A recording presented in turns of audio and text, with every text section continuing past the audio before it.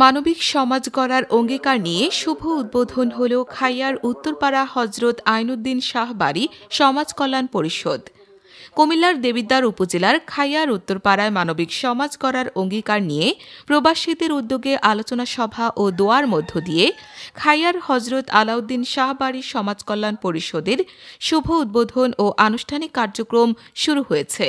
শুক্রবার বিকেলে সংগঠনটির উদ্বোধন উপলক্ষে গোপালনগর পূর্বপাড়া বায়তুল ইজ্জত জামে মসজিদে ৭৭,০০০ টাকা ব্যয়ে ২ টনের একটি এসি উপহার প্রদান করা হয়। সভায় উপস্থিত বক্তব্যরা বলেন, একঝাঁক উদীয়মান প্রবাসী ও তাদের সার্বিক সহযোগিতা এবং অর্থায়নে সংগঠনটি আলোর মুখ দেখবে। এছাড়া সংগঠনটি মাদক সকল সামাজিক অবক্ষয় থেকে যুব সমাজকে দূরে রাখতে সচেতনতা বৃদ্ধিতে কাজ করবে এবং সমাজ সেবামূলক বিভিন্ন কার্যক্রম পরিচালনার মাধ্যমে স্থানীয় জনগণের কল্যাণে ভূমিকা রাখবে। উদ্বোধনী অনুষ্ঠানে গ্রামের মুরব্বী গণ্যমান্য ব্যক্তিবর্গ, সমাজসেবক, মহেশপুর পোয়ারাকান্দি ব্লাড ফাউন্ডেশনের রক্তদাতা সদস্যবৃন্দ ও বিভিন্ন সামাজিক কর্মী ও ব্যক্তিরা উপস্থিত ছিলেন।